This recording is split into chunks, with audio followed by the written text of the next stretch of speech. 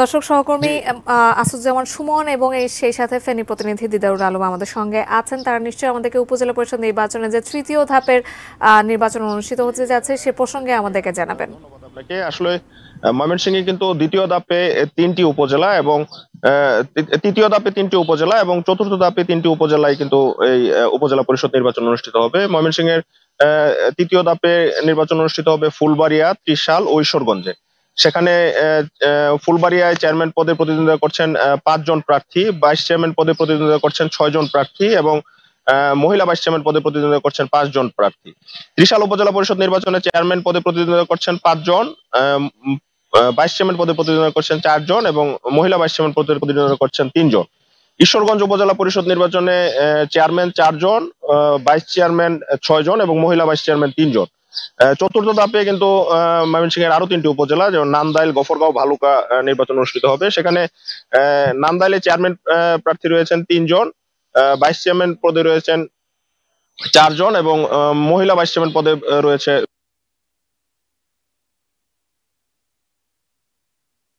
মহিলা vice chairman পদে 4 জন। এবং ভালুকা উপজেলা পরিষদে কিন্তু সবচেয়ে বেশি চেয়ারম্যান উপজেলা পরিষদ নির্বাচনে চেয়ারম্যান পদে প্রতিদ্বন্দ্বিতা করছেন। সেখানে 7 জন চেয়ারম্যান প্রার্থী রয়েছেন, 7 জন ভাইস চেয়ারম্যান পদে প্রতিদ্বন্দ্বিতা করছেন এবং 3 জন মহিলা ভাইস চেয়ারম্যান পদে প্রতিদ্বন্দ্বিতা করছেন। তো সব মিলিয়ে কিন্তু এই 6টি উপজেলায় একটি উৎসবমুখর পরিবেশ বিরাজ করছে। প্রার্থীরা প্রতীক নিয়ে মানুষের দ্বারে দ্বারে যাচ্ছে, মাইকিং সবার সব মিলিয়ে কিন্তু উৎসবমুখর একটি পরিবেশ বিরাজ করছে। বিভিন্ন চাষ চলে, তারা মহল আলোচনা কিন্তু বন্ধু আসন্ন ভোট সেবক এবং তারা তাদের সেবক এবং উপজেলা পরিষদ চেয়ারম্যান, ভাইস চেয়ারম্যান, মহিলা ভাইস চেয়ারম্যান হিসেবে তারা নির্বাচন করবে। প্রার্থীরাও কিন্তু তারা নানান প্রতিশ্রুতি দিচ্ছেন, উন্নয়নের ফুলঝুরি জড়াবেন, মানুষের বিপদে আপদে থাকবেন। এসব কিন্তু যারা ভোটার রয়েছেন তারাও কিন্তু তাদের এসব বিশ্লেষণ প্রার্থীদের বিষয়ে তারা নানান রকম বিশ্লেষণ করছেন।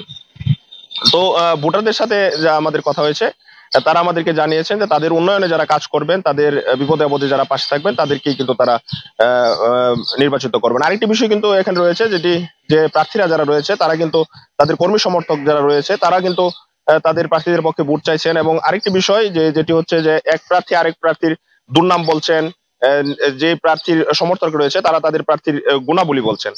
তো সব মিলিয়ে কিন্তু একটি টানটান উত্তেজনা এবং উৎসবমুখর পরিবেশ বিরাজ করছে এই ময়মনসিংহের এই 6টি উপজেলায়। তো তৃতীয় ধাপের নির্বাচন কিন্তু 29 মে অনুষ্ঠিত হবে এবং চতুর্থ ধাপে যে নির্বাচন সেটি কিন্তু 5 জুন অনুষ্ঠিত হবে।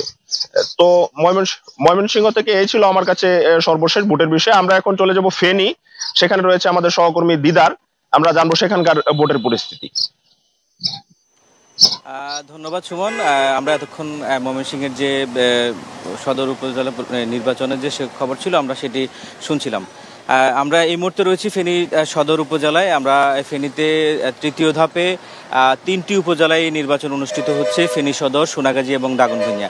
এখানে ফেনী সদরে যিনি বর্তমান উপজেলা চেয়ারম্যান রয়েছেন তিনি আওয়ামী লীগ থেকে প্রতিদ্বন্দ্বিতা করছেন এবং ভাইস চেয়ারম্যান পদে 2 জন এবং মহিলা ভাইস চেয়ারম্যান পদে 2 জন। তবে আমরা যদি একটি কথা বলে রাখি যে এখানে আসলে যারা আওয়ামী লীগের মনোনীত প্রার্থী রয়েছেন, আসলে পুরো 3টি উপজেলায় কিন্তু আওয়ামী লীগের মনোনীত প্রার্থীদেরকেই আসলে মাঠে দেখা যাচ্ছে। তারা প্রচার প্রচারণায় কাজ করছেন এবং ভোটারদের সরব উপস্থিতি যেন কেন্দ্রে থাকে এবং ভোটাররা যেন কেন্দ্রে আসে, আসলে সেটার জন্যই কিন্তু আসলে তারা কাজ করছেন আমরা যেটি দেখছি। এবং এর বাইরে আসলে যারা প্রতিদ্বন্দ্বী হয়েছেন, যারা চেয়ারম্যান পদে প্রতিদ্বন্দ্বিতা করছেন আওয়ামী লীগের প্রার্থীর বাইরে, কিন্তু আমরা তাদেরকে কোথাও আসলে প্রচার প্রচারণা করতে দেখছি না। তবে আমরা মাঝে মাঝে তাদেরকে সামাজিক যোগাযোগ মাধ্যমে পোস্টার বানিয়ে প্রচার করতে আমরা দেখেছি। তবে মাঠে আসলে যারা ভোটারদের কাছে যাওয়া অথবা প্রচার প্রচারণার যে বিষয়টি আসলে সেটি কিন্তু আসলে আমাদের চোখে পড়ছে না। এক কথায় বলা চলে যে ফেনীতে আওয়ামী লীগের প্রার্থীর বাইরে যারা প্রতিদ্বন্দ্বিতা করছেন তাদেরকে এখানকার যারা স্থানীয় মানুষ রয়েছেন তারা বলছেন যে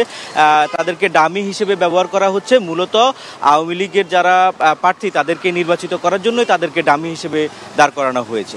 জি জাকি, এই ছিল আমার কাছে ফেনী থেকে উপজেলা নির্বাচনের সর্বশেষ।